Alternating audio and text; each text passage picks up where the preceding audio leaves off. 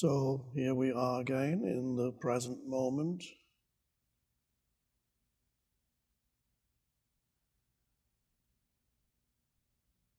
Let's see if we can just, before we start, become aware of the present moment itself.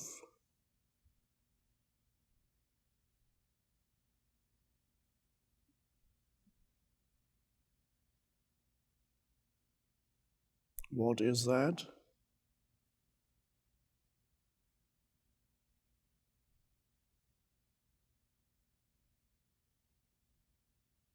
It's not what you perceive with your senses. That's the content of the present moment, that what happens in the present moment. But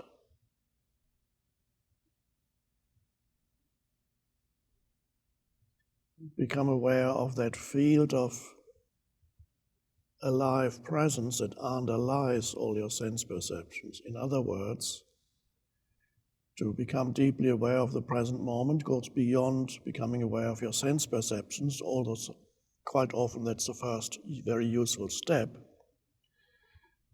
So to become aware of the present moment, first step, sense perceptions. You look around the room or wherever you are.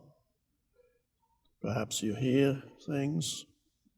Even some other senses may be involved, but probably mainly visual and auditory sense perception. So it takes you out of conceptual thinking and just pure perception, sense perception. That's number one.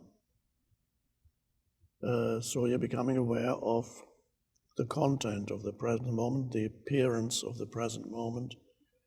And the next step is you go a bit deeper and you become aware of something that you cannot see, can't really talk about,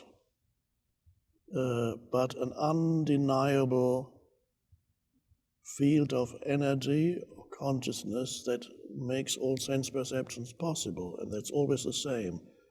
The content of the present moment changes when you move from where you are now to somewhere else, different sense perceptions.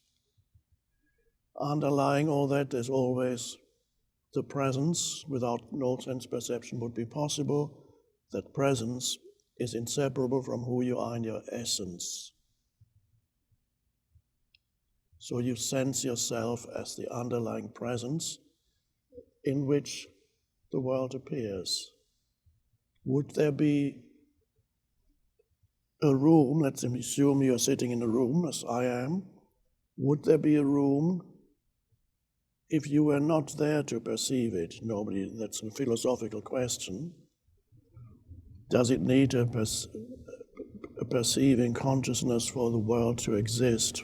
Would there be a table without the perceiving consciousness that perceives it as a table? What ultimately is just atoms and molecules in rapid motion and vast spaces in between, so 99.99% empty space, and atoms and molecules swirling around continuously.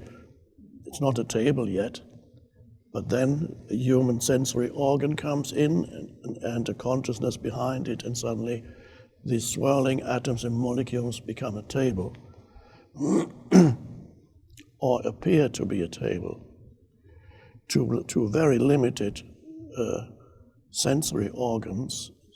You can touch or you can see.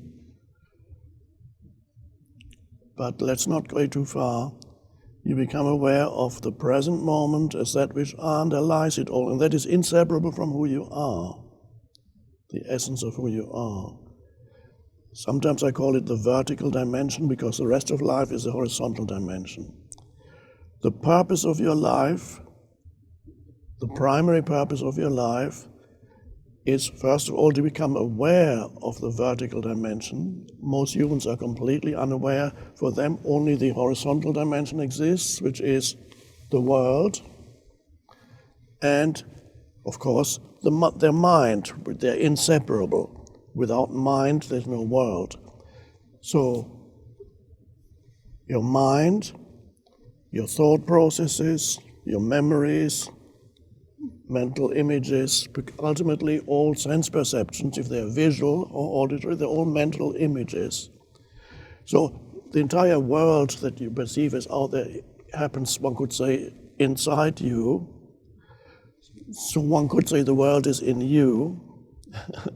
It's an interesting way of, just for a little while, just to say there's nothing ultimately outside of me. The world happens in you. So some great philosophers have asked, what is there actually out there? The thing in itself. Is there anything out there? What is it? We don't know. Is the entire world a mental creation, a mental projection, a little bit like The Matrix, the movie. The first one was very good. So it points to something. So when you become red-pilled, you've taken the image in the movie, you can take the blue pill, then you stay confined and you're in what I call the horizontal dimension of life, or you can take the red pill, then you go deeper. That's how I interpret. Other people interpret the blue and red pill politically and saying that's all fine. So, horizontal dimension, most humans are only aware of that, so there's always what now, what's the next thing, and the world is often a threatening place and never a very fulfilling place, although sometimes you achieve a bit of fulfillment here and there, or it comes to you, and then it's, life is good, and it is good. But it's the goodness of life when you're only on the horizontal dimension is very limited. It doesn't last long. There is a deeper goodness, but that's connected with the vertical dimension. So the goodness you find on the surface of things is fleeting. There's nothing wrong with it. Whatever it may be, you go on vacation, you go take a cruise. Hopefully nothing happens, so you don't get suddenly the goodness of this moment gets marred, spoiled by something happening. A virus, oh my God. And then other things happen. So often it happens. Your purpose of life, the purpose of your life is to become aware of the vertical dimension. Many humans do not go there until the horizontal dimension becomes an increasingly unsatisfying place. As long as the horizontal dimension of life is relatively okay, it's okay, yeah, I've got a job, but I'm doing okay. You're not really, but you can live with the worries that you have and all the things that you live on, the relationship problems and so on. Okay, but it's not so much of a problem that you can't stand it anymore, or that you're forced into extreme anxiety or fear. Well, that at some point it happens to many people, and this is through adversity, the term we used, some form of suffering in their personal lives increases, great loss, or you achieve great things, and the achievement of the great things are no longer satisfying. So despite your achievements, you experience again extreme anxiety and fear or depression. And that's a bad place to be. And I've met people who have achieved what the world would call great things, fame, wealth, and they've said after an initial high, when they felt, I've made it, they came down. It's an almost a common theme when you look at rock stars and some actors, and they become, their fame makes them unhappy after an initial period of elation. So the world can become an unsatisfying place, not only because you lose something, it can also become an unsatisfying place because you have gained something, and you've gained so much, and that which you gained hasn't made you happy. Not only that, it's in some cases, in many cases of lottery winners who became more unhappy than they were before. So whatever you do, sooner or later, the horizontal dimension where things happen, where you obtain things and look for things and experiences and people, it's all fine. There's nothing wrong with it. Achieve things in your life on this dimension. I want to build up a business. Yes, why not? I want to write a book. I want to paint, become good at this or that. All wonderful, but not satisfying for very long. And wherever you go, you find something's creeping in to spoil your enjoyment of it for some reason. We've talked about it before. So it looks as if somebody were sabotaging your life, some little demon somewhere, and say, okay, you get married, you fall in love, it's so wonderful. And then the person that makes you happy today, and in a year's time, the very same person makes you unhappy, or 2 years, or a couple of months. So a human being reaches a kind of point, not every human, but you reach a point where you become dissatisfied with, you see, you begin to doubt that you will ever, the world will ever make you happy. Or you experience extreme forms of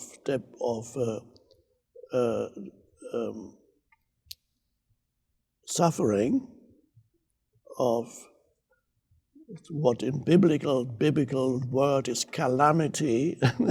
You don't hear that word very often in the media, but it's you experience some form of calamity, either personal or you participate in a collective calamity that arises, collective form of suffering, a collective challenge, as the virus, for example, and many other things are possible, and you can't foresee what the next one is going to be. And then suddenly millions of humans are faced with perhaps extreme fear. They were in fear before. Fear is very normal. When you only move on the horizontal dimension, then there's always an underlying fear, but you may not be very much aware of it, and sometimes it surfaces when you wake up at night. But when something happens on a collective scale, vast scale, then millions are suddenly pushed into extreme fear, anxiety. And that's the opportunity that arises when there's an extreme form of adversity, for then either in your personal life or the collective, then you become more ready to go beyond, to encounter something else that's always been there, but you ignored it completely, and that's the vertical dimension. And the purpose of your life is to find it and then be rooted in it. Now, what is the vertical dimension? It is the present moment. You see, we could say the entry point or the portal into the vertical dimension is becoming aware of the present moment. That's the beginning.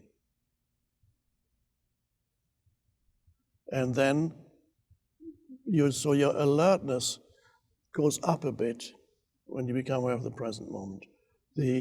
And you should do this particularly at the present times when you're watching the news or you're reading something on whatever they're posting about what's all the stuff that's extremely problematic in the world.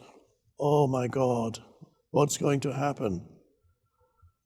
And of course, the energy that comes through the media is very this high anxiety, sometimes almost hysteria, and it's very easy to be seduced by that, and then you become part of the collective fear that is there when you listen to commentators, all the stuff they talk about. So the energy that underlies it is, oh my God. And they love it because the media, that's the more negative emotion there is, the more people will watch it because it's kind of addictive. Give me more, give me, oh my God. So,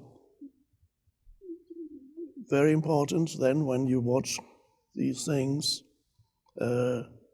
don't be hypnotically drawn into it, and then it takes over your mind.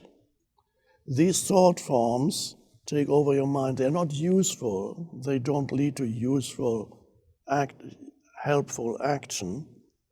They're fearful.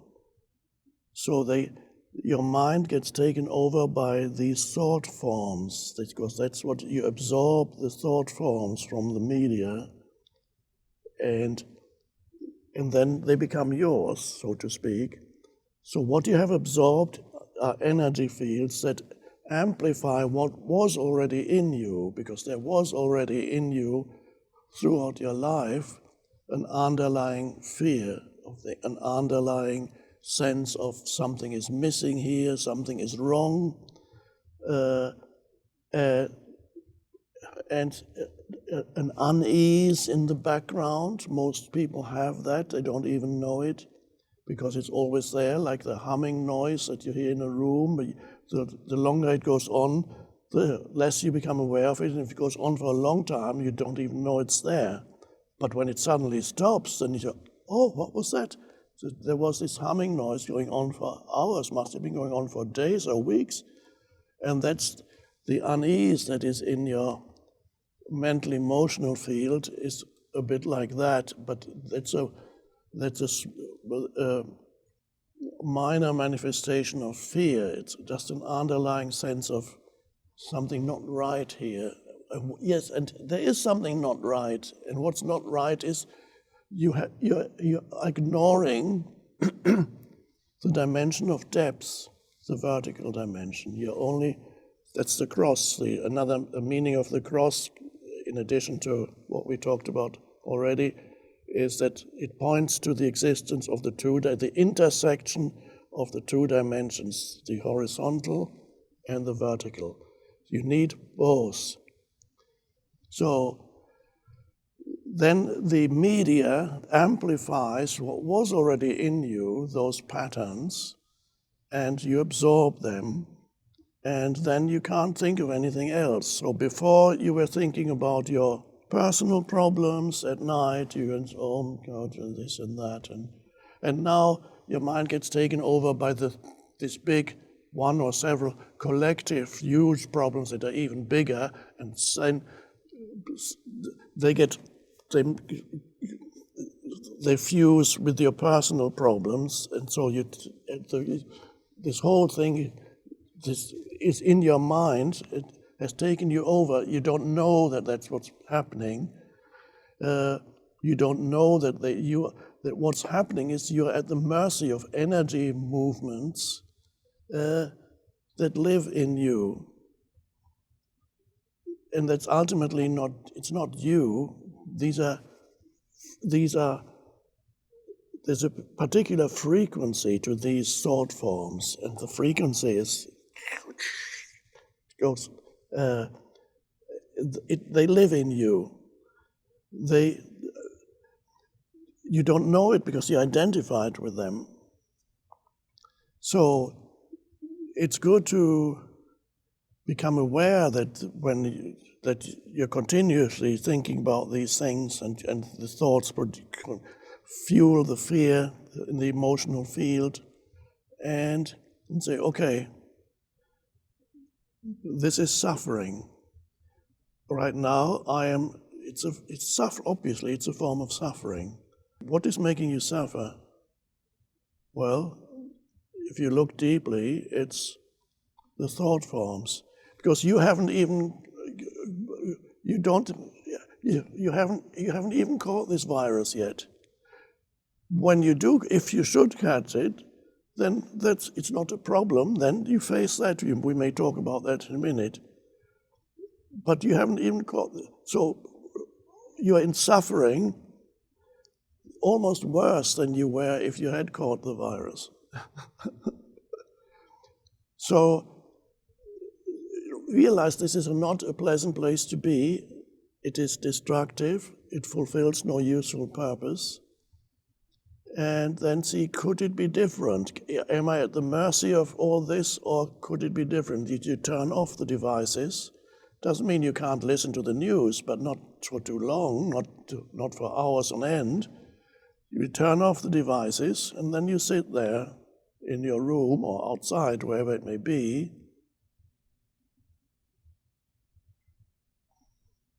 and this is the present moment.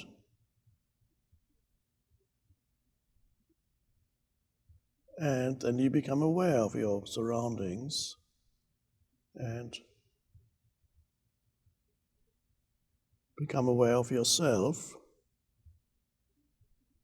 your consciousness, and you stop thinking.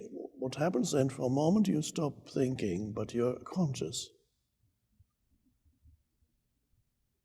And there's the vertical dimension opening up. You're conscious, but not thinking, or thinking very little. There's a deepening there of who you are. Suddenly you discover a depth that you hadn't known before. It was there, but you didn't know it. Depth. And so a very quick way to get, if you don't know what vertical dimension is, it's just an abstract thing. To have a taste of it is if you stop thinking for a moment. Now you might say, I can't do that, but that's just another thought that denies the fact that you can stop thinking for a moment. So you don't ask your mind whether you can stop thinking, because obviously it'll say, no, you can't, of course you can't. So you stop thinking for a moment, just like this, like now. What was it? Now, this is not a memorable thing, because it's not even an experience, because it doesn't have any content if you stop thinking. There's something there, but you can't define it, just as a beingness or presence. That is your essence identity, which is connected to the vertical dimension. Your form identity is the horizontal dimension. And I will now begin to look at some questions. What I've just said is virtually the answer to virtually every question, by the way, as we will see. The answer to virtually every question is that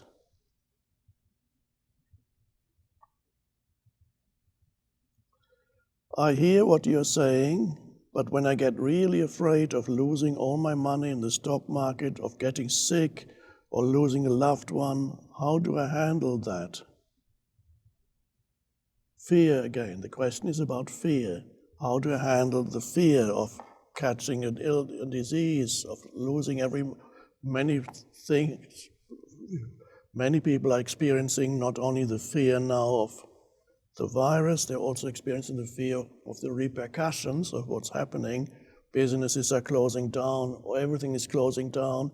It's a very strange thing that this is happening. It's like an enforced closing down of the busyness, not just the business, but the busyness of the world, an enforced sudden ending of all that. Many planes are not flying anymore. And some cities are empty of people, or suddenly, as if because until this happened, the world was absurdly busy. Something after noisy, busy, everything was in movement. Everything was lost in the world, lost in the minds. And suddenly, as if somebody said, okay, let's turn it off for a while. Oh, enforced stillness almost. exactly what millions of humans actually need to experience. It doesn't mean that they will automatically also experience the inner stillness, but there is a possibility of an awakening for many if they can go beyond the fear, the fearful thoughts. But how do you go beyond the fearful thoughts? Well, it requires a little bit of awareness. But if you are here with us, you probably have that awareness. What I mean by that is the awareness of what's going on in your mind. To recognize, rather than total identification with what's going on in your mind, you have in the background an awareness of what's going on in your mind. Very different, because it's a different consciousness, a different dimension of consciousness, the awareness. It's not the same as a thought. The awareness can recognize what thoughts go on in your mind, and you realize, I'm thinking all these useless thoughts, but that realization, I'm verbalizing it now, but because we are communicating through language, but that realization that all these useless and destructive thoughts are going through my head, that is a realization that is not verbal, it's pre or post-verbal, because it comes through the awareness. And there's a simple recognition that what's going on in your mind is not helpful. It's making you fearful and unhappy. So it is to be tackled there. All these, the problem that he mentions, or he or she mentions 3, fear of losing all my money or my savings, my investments, what I've been saving, of getting sick, or something bad could happen to a loved one. So you have fear for yourself, you have fear for others, and of course, all these things are not happening now, the things that you fear, but they could happen, says the mind. So I better think about it now, because in case it does, of course, if they did happen, you would face the situation. With the power of your conscious awareness, you would face the sickness, you would face the loss of money, and you would even face the loss of a loved one or the suffering of a loved one. With the power of your presence, you can face that. But what you cannot do, you cannot overcome these problems or face them because they only exist in your imagination. They haven't even happened yet. Therefore, there's absolutely nothing you can do about them. In fact, they will simply amplify. The more you think about them, the more they become amplified. It's a totally illusory realm that is making you suffer. And so if there's a minimum of awareness, you can suddenly become aware of what it is that you are doing to yourself. Well, it's not that you are voluntarily doing it to yourself, but one could say it is happening to you. So you become aware of what is happening to you, because the thoughts in your mind, virtually all the thoughts in the absence of awareness, happen to you. They are not voluntary. So people say, I think this, I think. You don't think, the thinking happens to you. When you're not aware, you're at the mercy of thought. You're at the mercy of the energy field that what we call thought. It lives in you. You are possessed. You don't know it. The moment you realize it, that this is not the fearful thinking, isn't something that you do, because if it's something that you do, you say, yeah, I'm doing it, but I can't stop it. No, you are not doing it. It happens to you. So some people say, well, perceive it as, well, why am I doing this to myself? Well, that's already, it's a good first step. Why am I making myself suffer by thinking all that? And then the next step is you realize, well, it's not really me doing it. It's the self-serving thought forms that are swirling around in my mind continuously, that are making me unhappy, that have no useful purpose. I'm not helping myself or anybody by thinking these things, by projecting bad things that could or will, that could happen. And so with the awareness of what's going on in your mind comes the first time a moment of freedom. Because before you had no free will. Without awareness, you have no free will. You're at the mercy of a conditioned mind.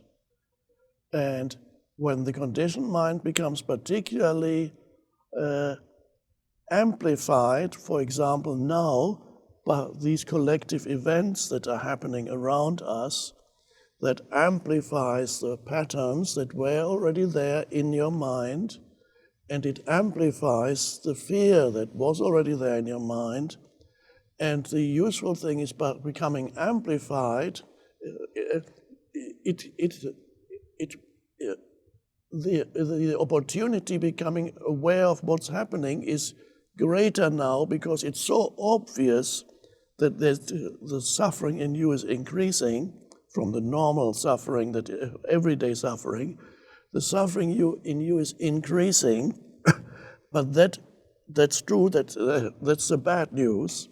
But the good news is the fact that the suffering is increasing makes it also more obvious that the process behind it becomes more obvious, because it becomes so much louder that the suffering starts screaming. And then that can be, therefore, the suffering can be an awakening for you. It awakens that suffering that is ultimately produced by your mind, by the thoughts in your mind, can awaken you. That's how, and you suddenly become, you can't stand it anymore. And then you go, and then you begin to examine, how does this all happen? And you begin, and the awareness grows. And then you try out something. I have another question here. I'll answer simultaneously the first one and this one. They're related. This person asks, what do I do after I wake up? That he means perhaps in the first, when he wakes up in the morning or in the middle of the night, he or she wakes up because I've been laid off at one work and I'm petrified of what to do next. What are the practical steps I can do in that moment? So you wake up, you may notice when you wake up in the morning, there is a brief moment when the movement of thought hasn't started yet. How long, I don't know, it varies from person to person. It could be a few seconds, could even be a minute, but that's rare. So there's a moment when you look around, you've just woken up. And then you begin to remember your problems. And then the thoughts go. And you can, if you had a mirror, you could see the first moment you look quite peaceful, the eyes open. You might look, maybe you can look out of the window, there's a sky. And then you start,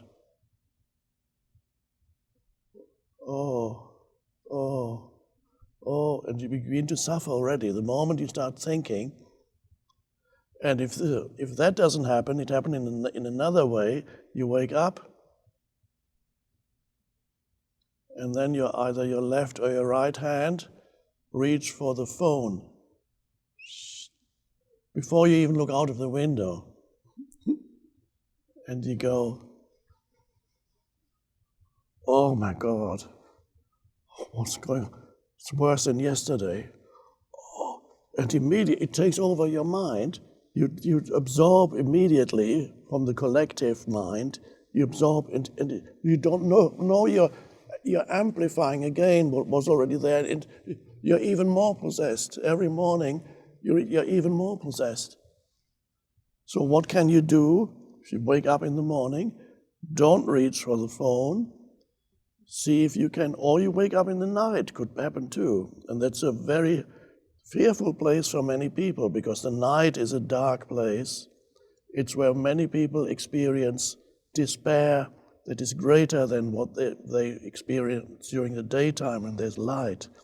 So you wake up in the night, and I remember how that was for me. It's a long time ago, waking up in the middle of the night and the despair that you feel at the alien nature of the world, how awful it all is. Oh, I can't stand it. Everything is threatening and strange, and there's an emptiness, not in a good sense, but there's a nothingness there, and it's dark. And then the mind starts operating. Oh, how awful it all is. I was suffering at that time throughout my 20s. There wasn't enough awareness. I was identified with the thoughts. And so the questioner asks, what can I do when I wake up? And well, the prerequisite for doing anything is that you know that this is happening to you. That's the first step. If you don't know that this is happening to you, then you are completely identified with it. So let's assume that perhaps almost everybody who is with us, just as questioner, has the ability, he has enough awareness to know that when you're in a state of suffering, whatever, anxiety, fear, panic even, then you know that this is happening to you. You know there's a subtle difference between it happening to you and knowing that this is happening to you. It almost seems the same thing. So when you know that you are in a state of fear, there is a witnessing consciousness that no, there's a fear in me. It means you are not the fear. You stepped out a little bit of it. From there you can see that there is fear. Without the knowing, you are the fear. You become the fear. So it takes you over completely. So when and this knowing is the awareness of the presence. And this awareness of the presence is the awakened consciousness. It's the beginning of it. It's the first appearance of a deeper, we could either say deeper or higher, dimension of consciousness in you that is beyond thought. And that's the purpose of your life, beyond what you do on the horizontal dimension, is this awakening. And not only briefly and then go to sleep again, become unconscious again, but to stay awake. And so that you can live in these two dimensions, the vertical and the horizontal. You don't deny the horizontal, but you're rooted in the vertical. Or the parable that we read the other day, the rock you build your house is, you dig deep, Jesus said, until you find the foundation, and then you build the house, and then the house is not swept away when the floods and the storms come. So that's what we are talking about. So you have, let's then assume, the ability for you is there to have the awareness that you're in a state of fear. That's already a great thing. And then from there you say, I'm verbalizing it now, but a lot of that is beyond conceptualization. There's a knowing there. You can know things without spelling them out. There's a deeper knowing. So you know all these thoughts. Ultimately, you realize the thoughts I've been thinking make me unhappy. You know that beyond thought. Now, how do I get out of this momentum that is in me that wants to continue thinking those thoughts? The fearful thoughts don't want to come. They have a momentum.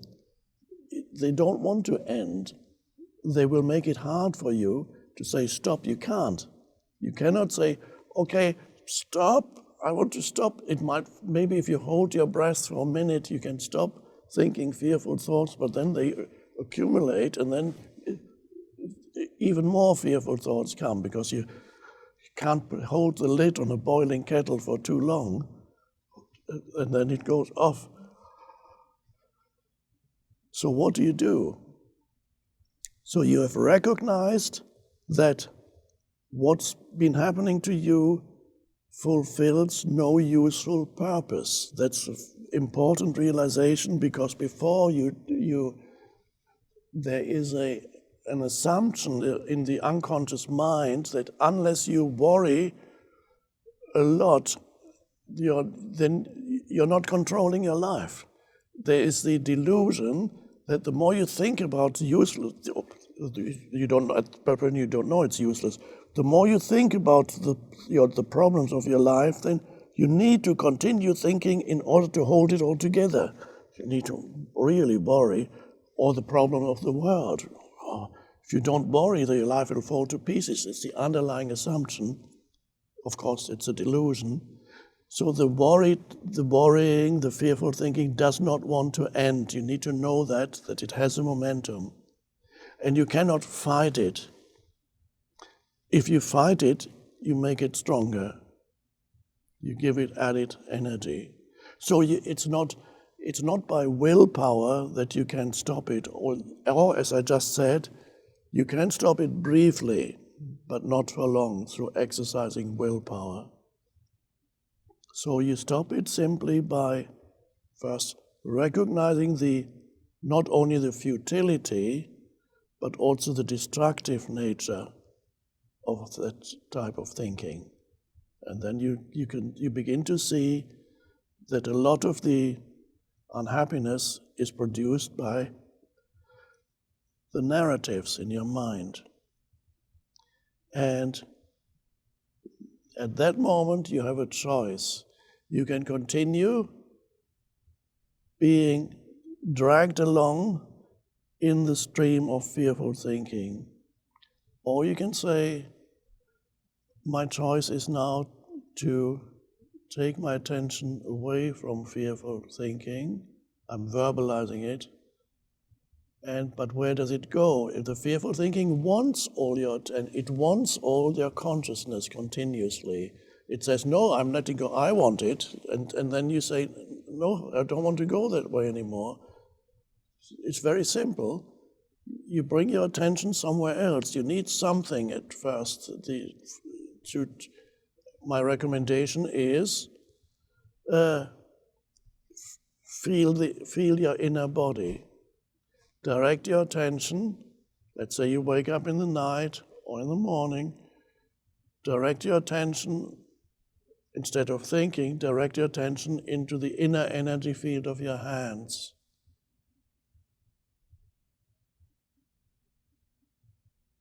And then you hold it there.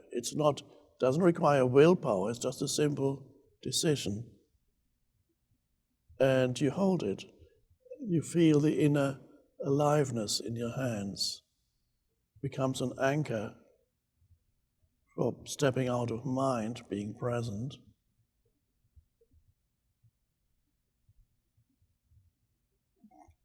Can you feel the energy in your hands? I can. And it's always wonderful. I've been feeling the energy in my hands for many years. It's always fresh and new. And I don't tire speaking of it, because it's always fresh and new. And of course, it's not just the hands. If you can't feel the energy in your hands, close your eyes and ask yourself if you're, let's say your right hand, or if you're left-handed, your left hand. Ask yourself if your left or right hand is still there or not. Is it still there? How do I know it's there? How can I know it's there right now? No, you can't know it because you remember it was there when you saw it a few seconds ago. That's not knowing that it's there because it might have disappeared. You close your eyes, you're not moving your hand.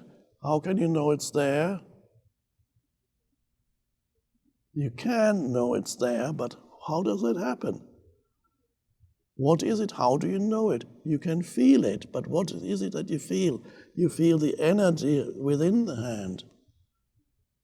It's very subtle at first, so you need to be alert to feel it. But that alertness that then goes in the body is taken away from thinking. And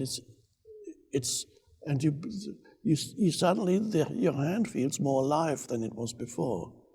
And that's only the beginning. You can feel both hands simultaneously.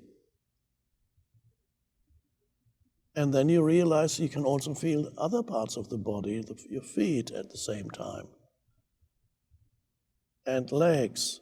And then you become aware of a all-pervasive sense of aliveness in the entire body, energy field.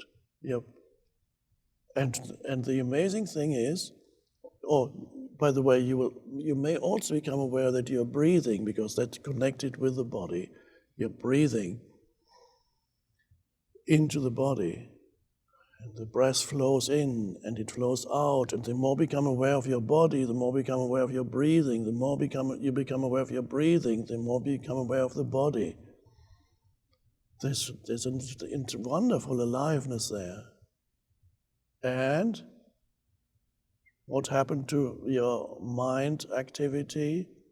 It subsided almost completely or completely, because you cannot be aware of inner body and at the same time think. A few fragments may be there of thoughts, but not a sustained stream of thinking. It's not possible, because all your attention, your consciousness has gone away from the conceptualizing mind into the inner body. And that is, and now you need to, how long you stay there depends. I would suggest the more you practice, the longer you can stay there. But you need to be careful because the mind, and the mind is basically the ego, that the mind that you had identified with. The mind will very soon tell you that thoughts will want to come in, and because the mind will want control back. It realizes it has lost control, this energy field, and it will say something like, "What do you think you're doing? This is completely useless. That doesn't solve anything. Think about what's happening tomorrow. You might lose your job in a day or two. What are you going to do then? You better think about that. Don't go. What are you doing with this nonsense feeling body? It's not helping you at all." And so the mind will come up with says very seductive things of why this is completely pointless. And now the question is, do you believe in every thought that comes into your head? Most people do. Whatever thought comes, they get taken over by it. Do you believe in every thought that comes into your head? When thought says all this meditative rubbish, that's not helping the world or you, doesn't. Of course, the opposite is true. So the mind will use strategies to get control back. And then you need to know that when that's happening, and then lose. So I highly recommend If you should wake up, as many people do in the middle of the night, and start worrying, it's very unpleasant. And so feel the inner body. Now, it's possible that when you feel the inner body, there may still be some fear inside you, and often it's experienced in the chest area or stomach area. The fearful energy may still be there when you begin to feel, even though you might no longer be thinking fearful thoughts when you feel your inner body, but that doesn't necessarily mean that the emotional field, which is another energy field that lives in you, has not, it may not completely disappear the moment you stop fueling the emotion with your fearful thinking, because you have already given so much fuel to the emotion of fear that it has a surplus of fuel in you. So even when you're no longer fueling it with your thinking, it can survive for quite a long time without feeding it with your thinking. So it still lives in you, but it probably won't be in your hands or your arms. It's probably around here. So as you feel the inner body, then you come to accept that what you still feel is inner, and you don't say, oh, I shouldn't be feeling that. No, all you need to do is to recognize that it's there. And you also understand why it's there, because you have given it so much energy through your thinking, not voluntarily, through unconscious thinking. You've given it so much energy over the past few days, weeks, months, and years, especially here, perhaps the past few weeks, in this collective calamity that we're finding ourselves in. And so you can be aware of the inner body and at the same time be aware of the energy field of fear that you may still be carrying here. And that's how it is. It's not a problem. You know where it came from, why it's there. It becomes part of the present moment, and that it's always say yes to whatever the present moment manifests, within or without.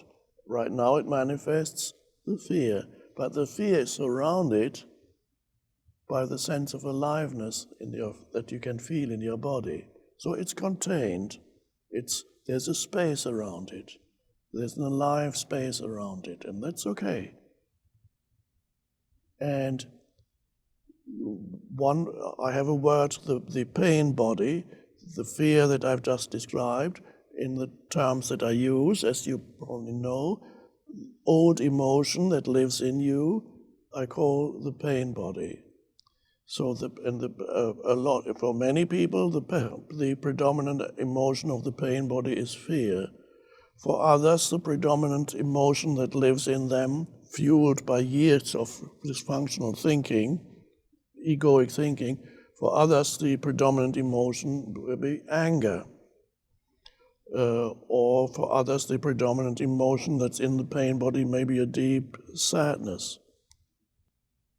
There is a reciprocal relationship between the thinking in your mind and the emotion. The emotion, let's say you're just practicing what I described, you're still in bed, you're lying, and you feel the aliveness in the inner body.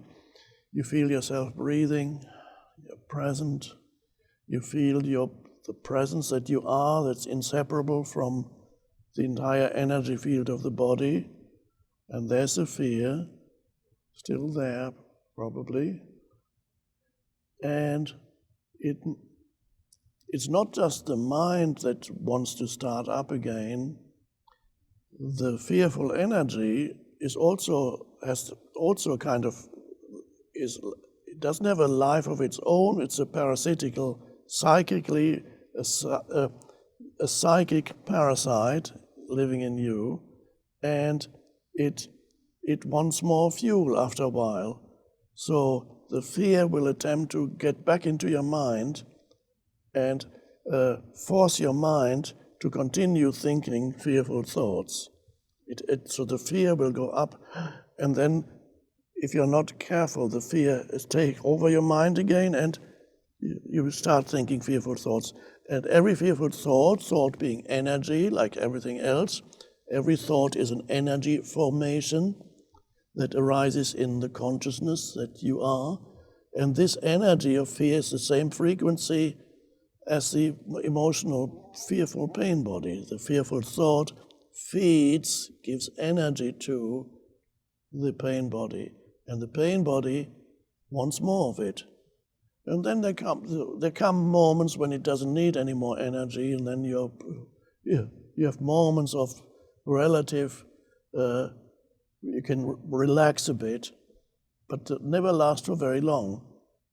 So this is a way of using the situation for spiritual awakening and for realizing the vertical dimension, which is present moment. The portal is the present moment, and another portal closely related to it, or another aspect of it, is the inner body. The inner body is also the entry point, which is inseparable from the present moment. That's the entry point into the vertical dimension. It goes beyond the physical body, there's more there. And so the vertical opens up as you go within. And when you're rooted within, and then you open your eyes, and then you look around, and you still feel the inner body, and then you can deal with the horizontal in a much more effective way, a much more powerful way, because you may need to take some action. This person says, the questioner, I have just been laid off, I'm petrified, but he's asking very wisely, he says, what do I do after I wake up because I've been laid off and I'm petrified of what to do next? What are the practical steps I can do in that moment? That's a very wise question. He's not asking, what are the practical steps that I can take in order to find a new job or to make a living? He realizes that a more vital question is, what can I do in that moment to become free of the fear? As much as possible, at least the fearful thinking. You may not immediately become free of the fear that still lives in you as the emotional pain body, that's fine. But become free of fearful thinking. And then you become more present, the vertical dimension opens up. Then the next step, of course, this person will have to take some action in the horizontal, and action happens here in the horizontal dimension. The likelihood that the questioner will, or you, if you are listening and you are the questioner, the likelihood that you will take effective and wise and focused action in your search for an alternative living, job or business, or whatever it may be, is far greater when you are not trapped in fearful thinking. When you're trapped in fearful thinking, that your ability to arrive at wise decisions and take a wise action and effective action, this ability is greatly diminished when you're in fear. And if you should go, let's say you're looking for another job, if you should go for an interview and you're emanating this fearful energy, you're less likely, even if you're well qualified, you're much less likely to be attractive to a prospective employer. So because you don't emanate that, nobody wants to be with the energy field. They would rather be, unless the employer has a strong pain body and your pain body of fear and the employer's complement each other, but that's usually the case with couples who meet. Some couples who feel very much drawn to each other. This is in quite a few cases, their pain bodies complement each other, and so some couples are drawn to each other because of they mutually fuel their pain bodies, and then. But let's put that aside for a moment. Effective and intelligent action does not arise out of fear, and no matter this requires not only action that you take in your personal life, but also action that we need to take on the collective level. If the action that we take arises out of fear, it's unlikely that it will be effective, because what is missing then is wisdom that takes into account the totality of a situation, not just focuses on one aspect of a problem and tries to solve it there, disregarding how it affects other things. So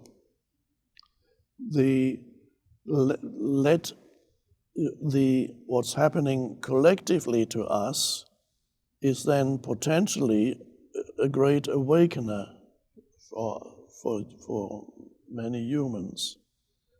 And practice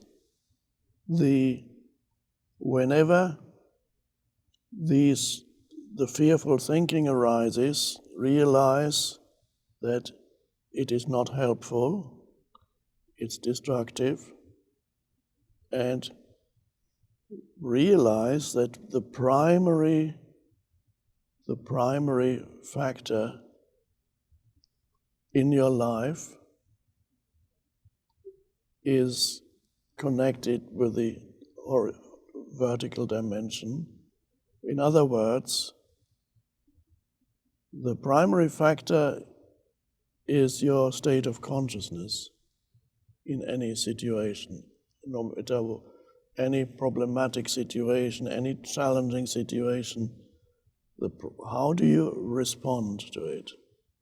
The primary factor is, and your primary attention needs to be on your inner energy field, your state of consciousness. If that is not right, if that is negative, egoically, ego means complete identification with mind. If the ego is there, the ego may have good intentions, but whatever decisions, it may look good at the beginning of an egoic thing that the ego says, this is what we need to do.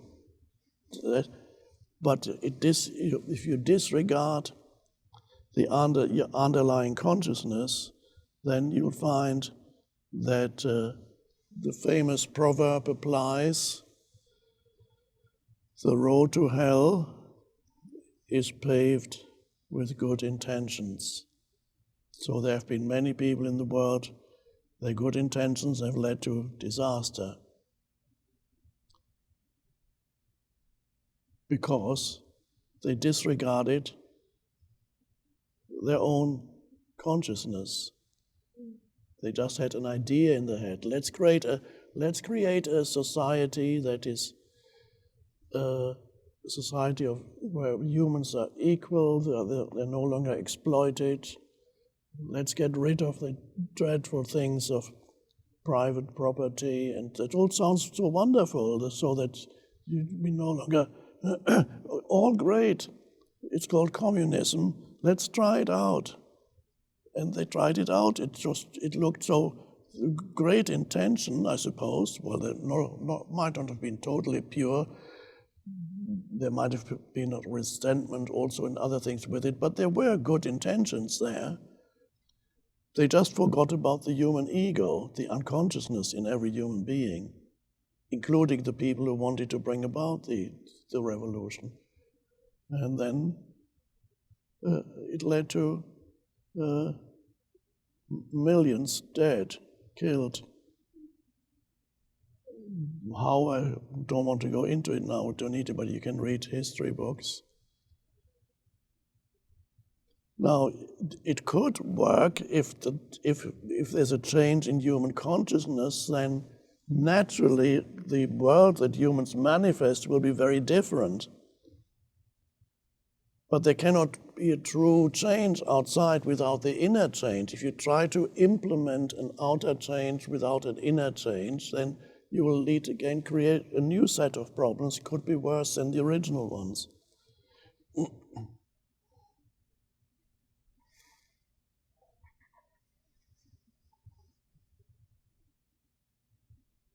So I highly recommend that in the morning and at night, that you go to sleep at night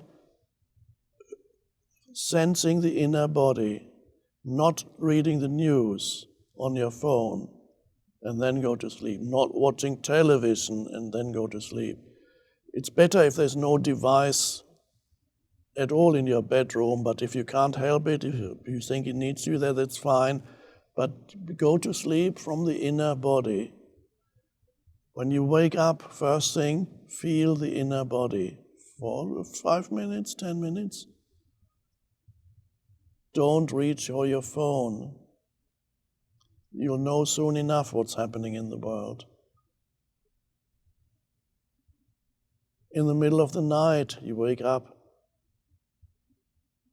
inner body, especially if you're tortured by your mind.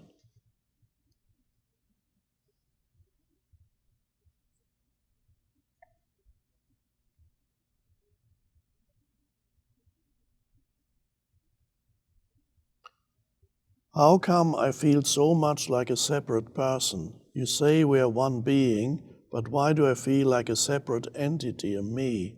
Why is this feeling so deep in me?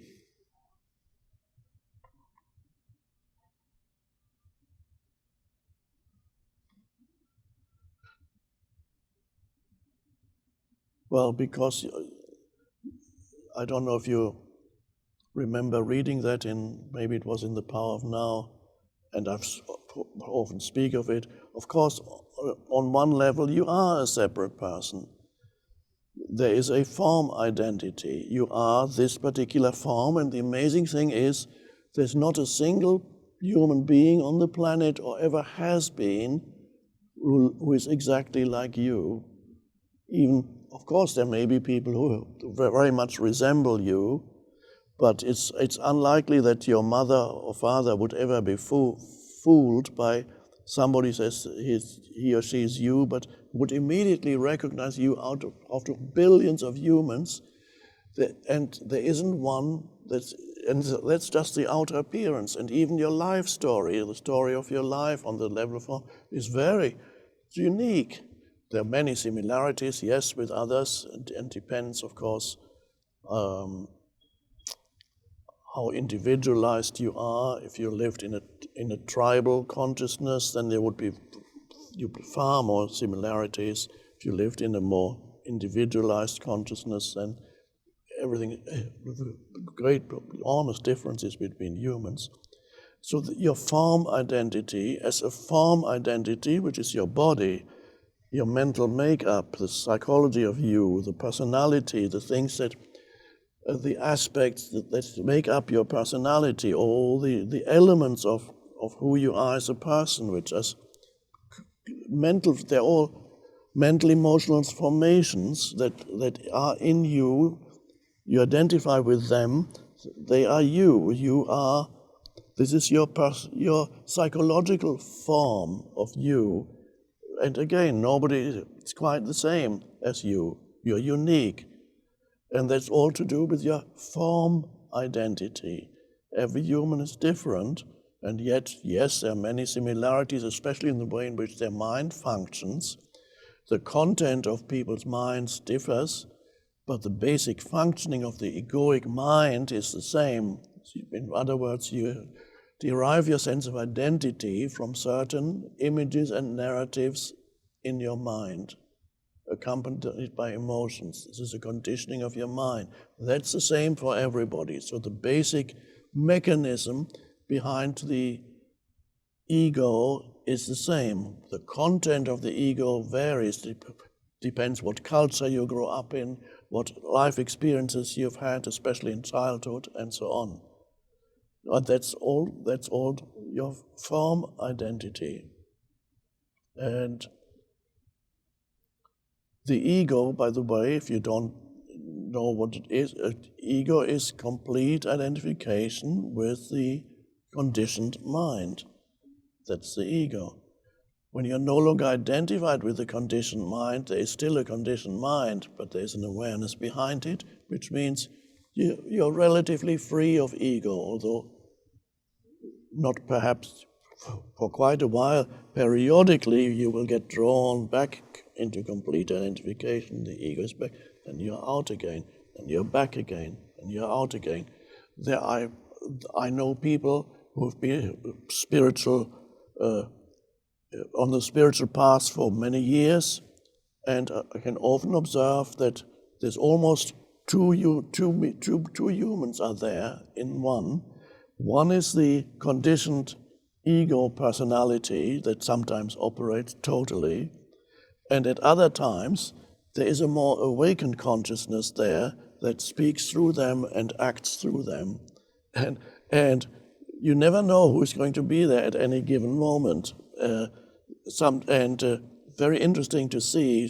At first, and people who meet you, if you are such a person, somebody who meets you in one state, somebody may meet you, but at a time when you're egoically possessed, the ego has taken possession of you again, and you're in a reactive mode and a fearful mode, and you want to control, you want something from somebody, or you have whatever the ego wants to add to itself, and somebody meets you there, and you have a certain impression of who you are, and then you may not realize the next day you may be suddenly very conscious, but that person then would already have formed an idea of who you are and might not even realize that the next day you're very conscious, because that person will already have formed certain judgments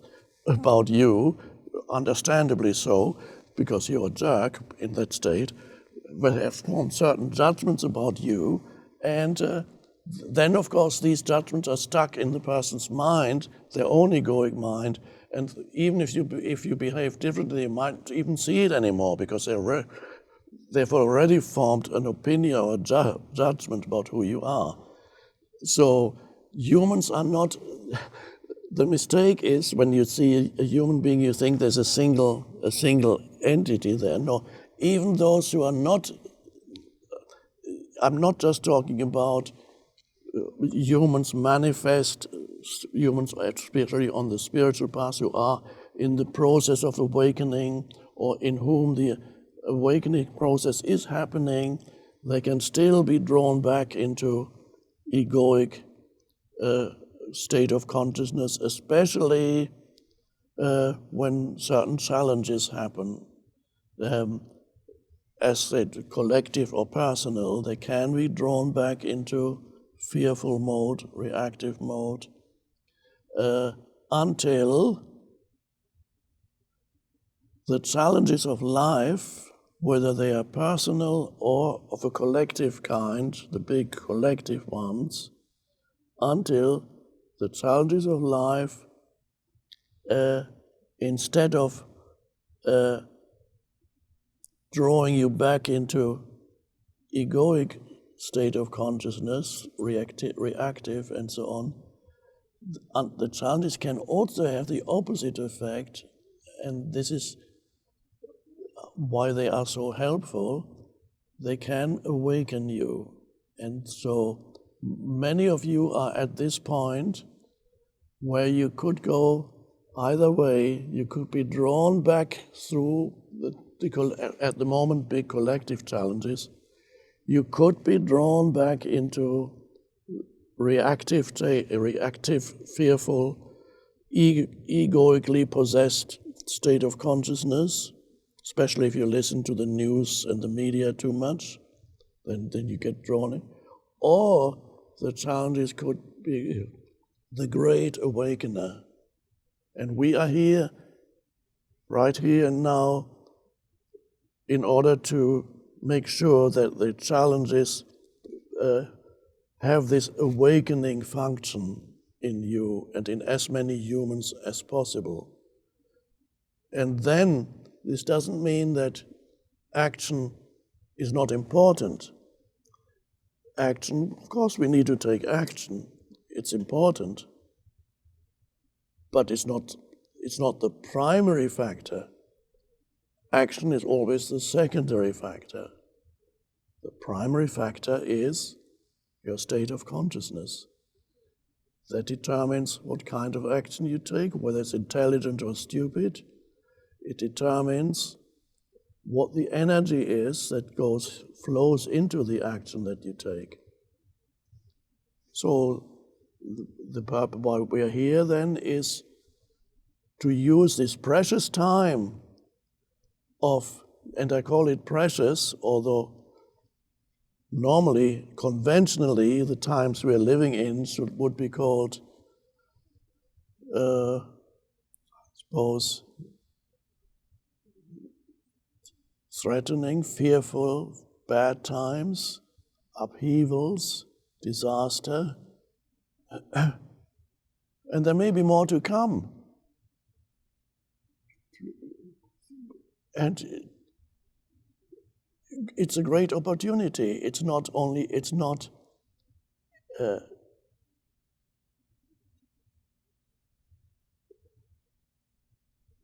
within the totality of human evolution from a higher perspective. All these things are necessary developments.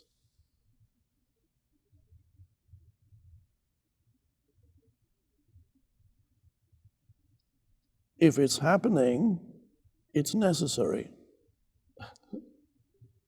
There is an inevitability about whatever form the present moment takes. Whatever form this moment takes, right here, now, is to do with the whole history of the universe has brought about this moment, the form it takes.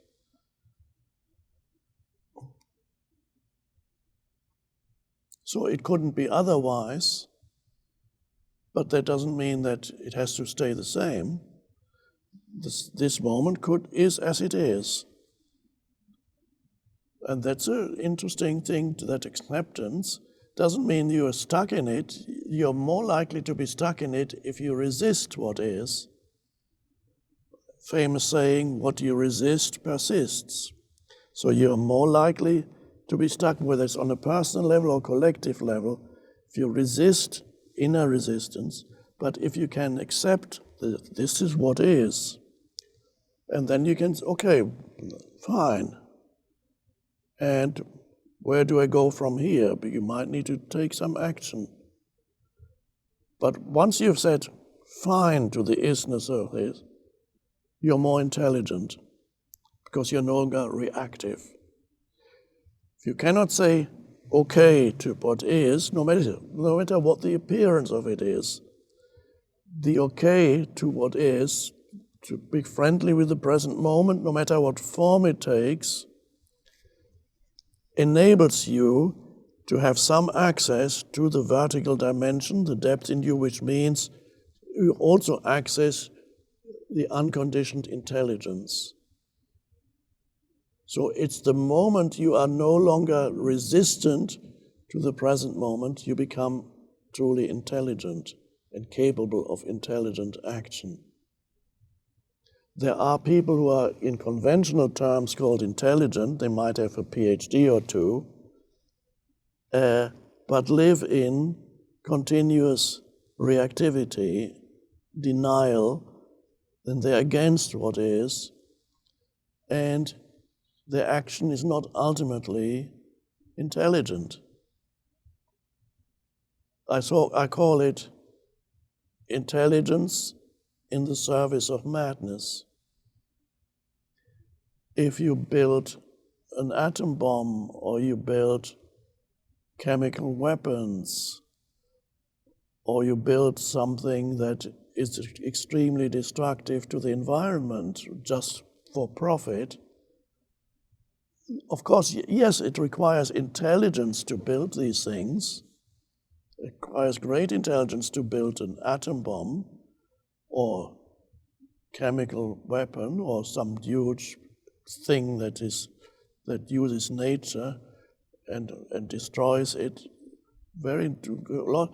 But it's not true intelligence. It's egoic cleverness.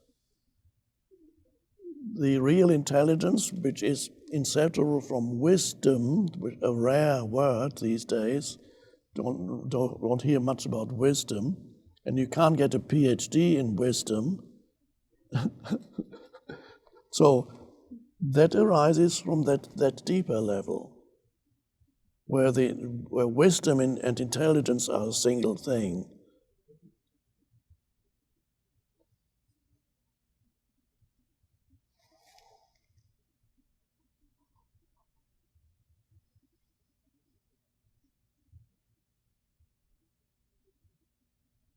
Here's a question. Do we need all the suffering and adversity that the planet is currently facing to bring forth a new earth that you wrote about?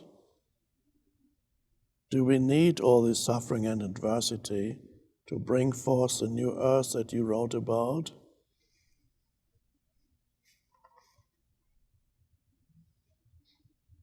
Apparently, yes.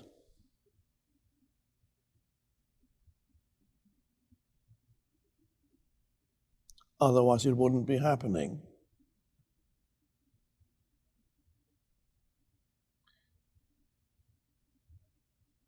Well, that was a short answer.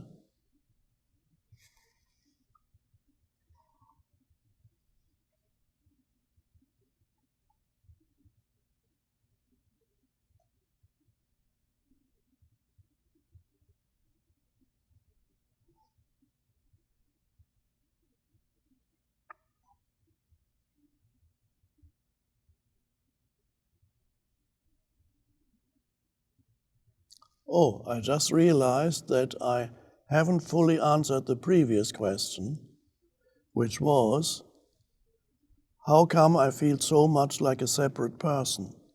You say we are one being, but why do I feel like a separate entity, a me? Why is this feeling so deep in me? So I already gave one half of the answer, and then I got sidetracked. So the one half of the answer was, yes, you are a separate being. As a form identity, you are a separate being. And that's how it's meant to be, and it's fine. The only problem arises, or the suffering arises, if this separate being is the only way in which you know yourself. If you only know yourself as this separate being, then, yes, then you are in a state of delusion, ultimately because you don't know the most vital fact about yourself, and I don't talk about conceptual knowing. So there's nothing wrong with being that's a separate being. You are, as long as you have this body and so on, you are a separate being. But is that all? If you only know yourself as a separate being, then your life is frustrating and you suffer a lot, because you ignore an entire dimension of your existence, and that is the vertical dimension. And in the vertical dimension, you are connected, one with all that is, not only with every other human, you're connected with the source of all life that sometimes is called God. And you need to know that. How do you know that? It begins with a simple thing. Here and now, this moment, stop thinking, just A moment of no thought, like now, doesn't matter how long, 5 seconds, 10 seconds, no thought. Stillness.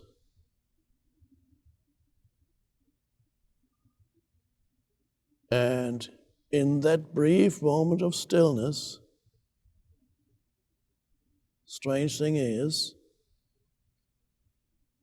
from the point of view of the horizontal you, you no longer know who you are in that moment of stillness, where there's only a still presence. You don't know who you are. On the horizontal dimension, you know very well who you are. You can talk about it endlessly, you can think about it endlessly. But on the vertical dimension, the moment you enter it, and in a moment of no thought, you no longer know who you are. And that not knowing,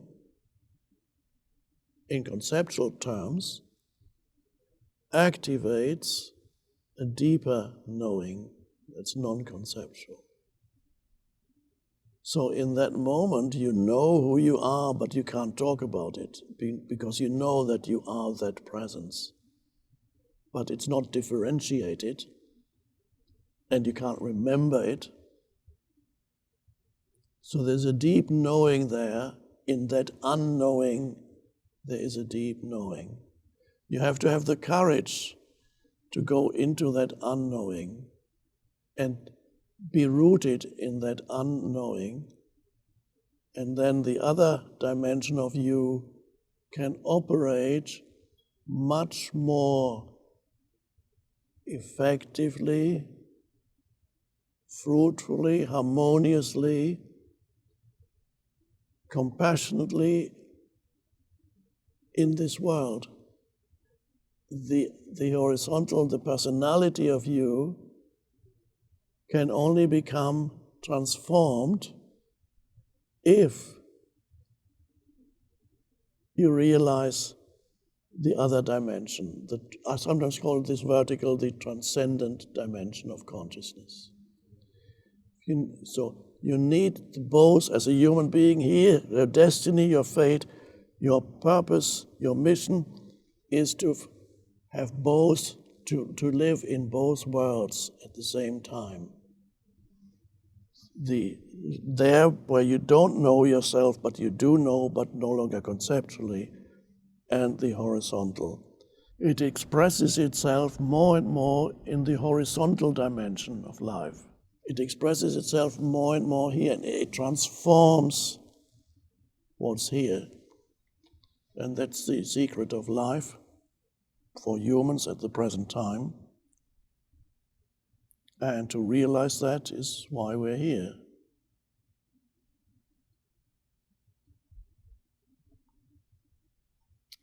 Thank you.